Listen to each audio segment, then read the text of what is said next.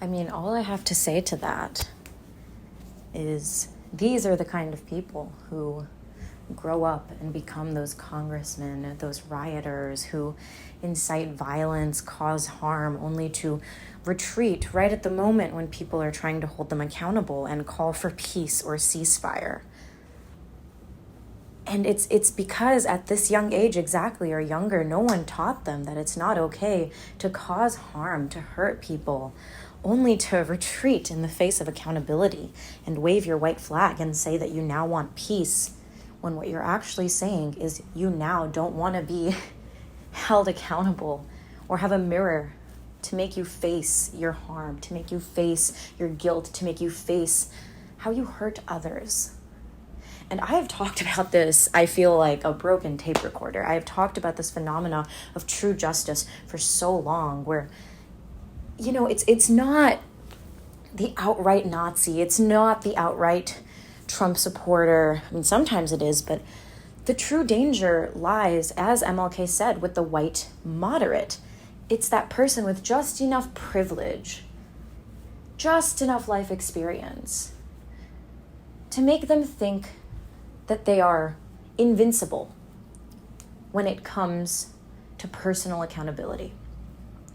It's people who tease and bully and harass and frankly believe that they can get away with that because they do time and time again. They do, because as a society we're afraid to call people out, especially when they're white people and the people calling them out are people of color, are mentally ill people, are people who struggle with racism and oppression themselves. There's already a power play there. You're already sort of at a lower level of privilege. And therefore, talking up to someone in power oftentimes doesn't go our way because they have systems and institutions that support their lies, that enable and protect their violence, that protect their harm. And this is a problem. This is a problem because time and time again, myself and survivors of abuse have seen these people. And yes, sometimes they're white, sometimes they're not. But predominantly when they're white, it has to do with the power that they were taught that they have to inflict pain and pretend like they are the victims, to blame shift, to weaponize mental health terms like I need space after they harm someone.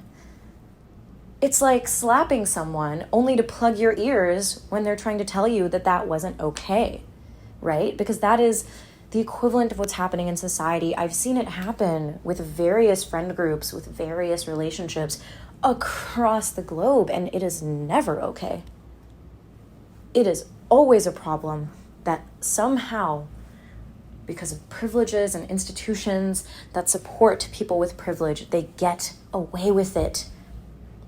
Because it is easier to believe that a white woman is a victim of something, of some harm, than it is to believe that a man, that a person of color, that a woman of color, that a transgender woman, that a transgender man, that a queer woman, that a bi woman, that a bi man, that a brown woman, that a Latina woman, that a, Indian dude, that an Indian woman, that these people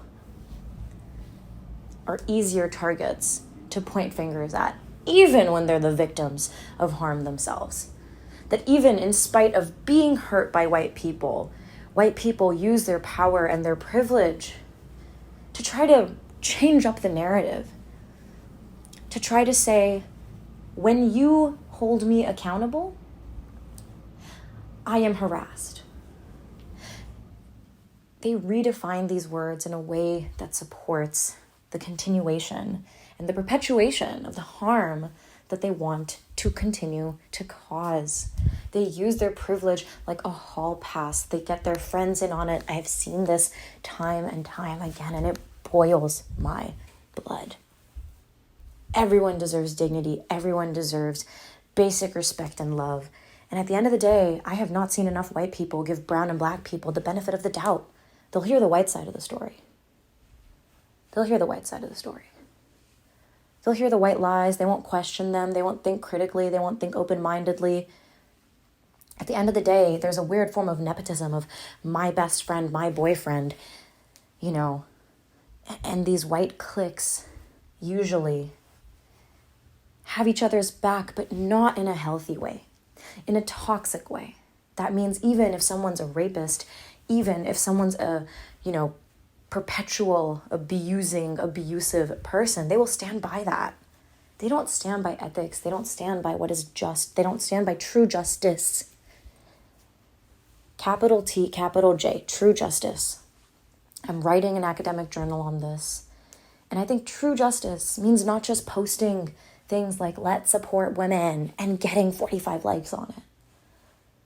It means that when you are put in the situation in real life, in real time, where a brown woman is reaching out to you, or a black woman is reaching out to you saying that they have something to say about a situation that's going on, that you hear them out. That's what that means. Anything else is hypocrisy.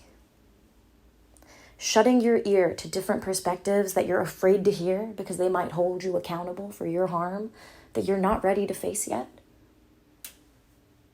That is privilege. That is privilege, and when white people do it, it is white privilege. Make no mistake. I am sick and tired of people telling people who are abused to move on in peace, to get over it, to deal with it, to not let it get to them, when not enough people are telling abusers to not harm, to apologize for their mistakes, to own up to what they've done, to change. Society's got to change. This is not okay.